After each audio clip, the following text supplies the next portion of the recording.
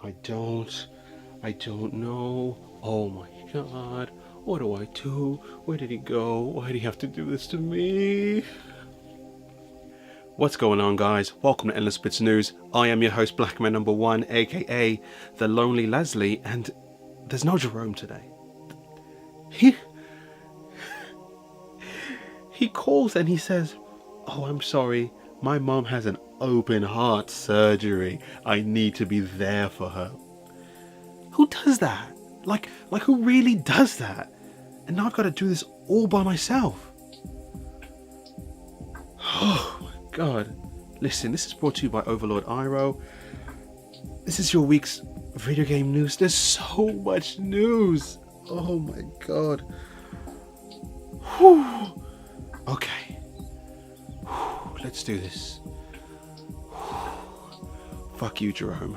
Alright, so I've got an info dump from Middle Earth Shadow of War for you. The gameplay reveal dropped and we got a good insight into what we can expect in the upcoming game. Alright, so the big homie killer Brimbor's back and he's got some super sick more Wraith moves. There are these huge battles called sieges, where you lead your branded orcs and some small armies that they command against another group of orcs to take control of an area. The Nemesis system is back too and it's bigger than ever. The orc leaders also seem to be even more dynamic, the ones you've branded as well as the ones you're fighting against, and how you interact with them. Oh, and you can ride drakes. There's like a 16-minute video going super in depth, and you know your boy linked it down below so you can get all the deets. Okay, so it's not confirmed, but Monolith Productions creative vice president Michael DePlata recently dodged a question about importing your saves from the first game into your second one, theoretically bringing in orcs that you faced off against in the first one into the second game. Okay, so this is leading people to believe that this might be a feature that the game might launch with. Now we know for sure that the game plans to make use of PlayStation 4 Pro's extra power, but Monolith has also gone on record saying that they also plan to make use of the Xbox One Scorpio, which is slated for some time later this year.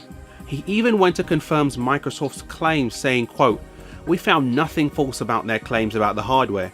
As far as we can tell, it will be the most powerful console created when it launches, unless somebody has an announcement that I don't know about." End quote. Well, looks like Microsoft just may be able to walk the walk. We'll see. Middle Earth Shadow of War releases August 22nd for PlayStation 4, Xbox One and PC. Next up, Bungie is currently gearing up for the Age of Triumph event that's coming to Destiny.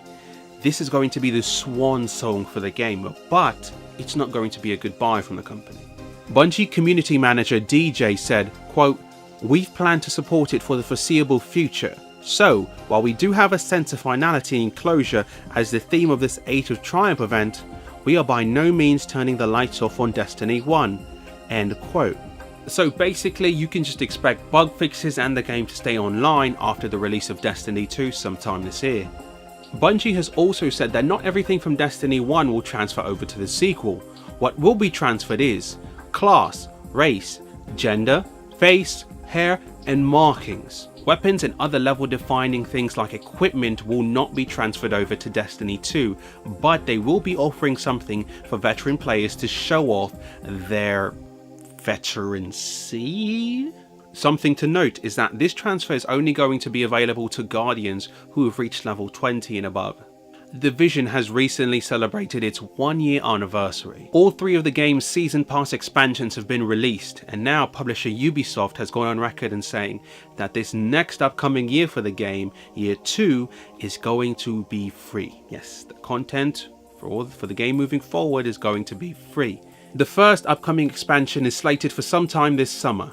Massive, the developer, has also said that they plan to add in-game achievements and some more story content along with other things as time goes along.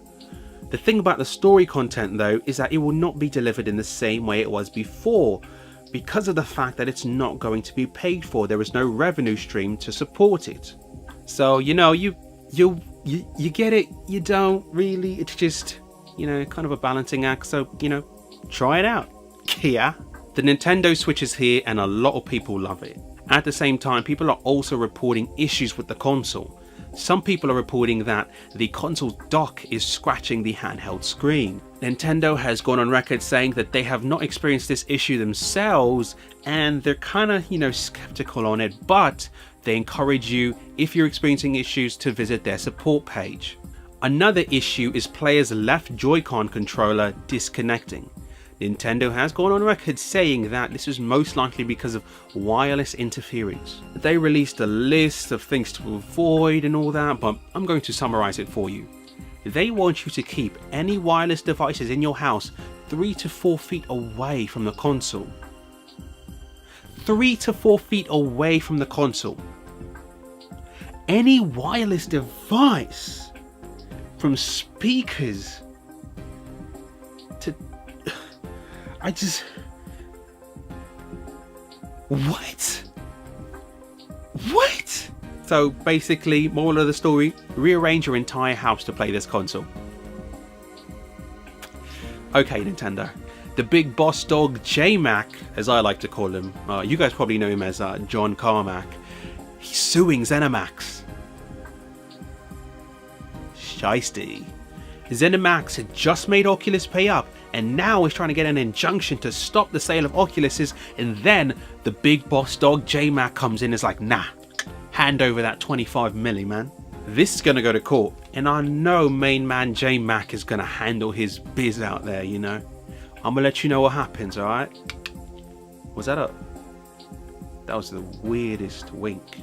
Gran Turismo Sport has a new trailer out and a closed beta coming. The beta is going to begin on March 17th, but you're going to need to sign up. Of course, I'm going to leave that link down below. Something you should know though is that the selections will be random and will slowly open up as time goes along, and if you get selected after signing up, you will receive a message on PSN. I've personally never been able to get into the Gran Turismo series, but if it's your cup of tea, go at it. The game's supposed to release sometime this year, so I hope you guys get it.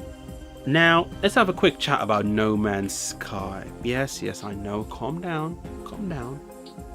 This is somewhat okay news.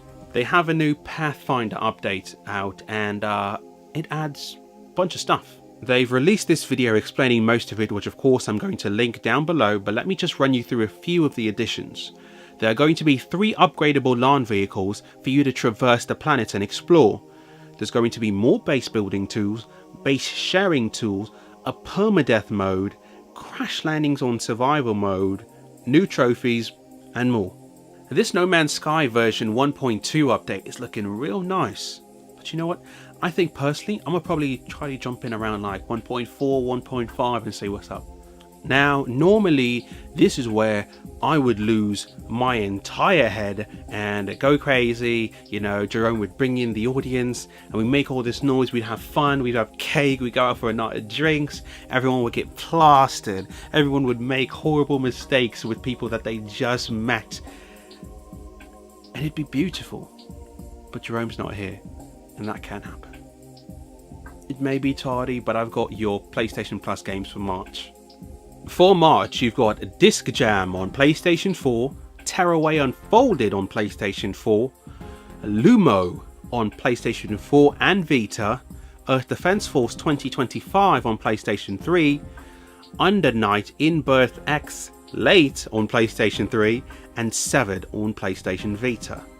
PlayStation has also dropped its update 4.5, and it's added quite a bit of interesting features. Number 1 is PlayStation 4 Pro's Boost Mode, which allows the console to use its extra power for games that may not be optimized with it for better performance levels. In a blog post, PlayStation says, quote, "This feature has been designed to provide better performance for select legacy titles that have not been patched to take advantage of the PlayStation 4 Pro's faster CPU and its faster and double-sized GPU. Ellipses. This can provide a noticeable frame rate boost to some games with variable frame rate and can provide frame rate stability for games that are programmed to run at 30Hz or 60Hz. Depending on the game, the increased CPU speed may also result in shorter load times. You can turn on boost mode by going to settings and then system." End quote. Also, the PlayStation 4 now supports external hard drives, but you must note that The hard drive cannot be over 8 terabytes, must be over 250 gigabytes, and must use USB 3.0. And they added custom backgrounds. Oh my god, Jesus Christ. Guys, Jerome does this, all of this shit, like, every week. Jesus Christ. And then he leaves it on me. How selfish is that? You know what, forget it. You know, I'll probably fire him next week. Listen, it's just super unprofessional, you know? Whatever. This has been Endless Bits News. I'm Blackman number 1, aka The Lonely Leslie, brought to you by Overlord Iro. This is your weekly video game podcast. Yes, it's a podcast now. No, not really. I just slipped up. Don't care to fix it, because, you know, Jerome's not here. I'm not trying to do all that work. I'm gonna catch you next week. This was a lot. Overlord Iro just communicated with me telepathically and reminded me to tell you, if you like the video, hit that like button down below. Drop it like it's hot, like you just don't know. Also, if you got some feelings on your mind, you're trying to shoot the fair one with me, we can do that. Comment down below. I'ma find you, we can set it up. Also, subscribe to the channel. Show love to your homeboy. I be here. Also, you know, share it with your friends, okay? They could catch these hands too. Catch you on the flip side, etc, etc.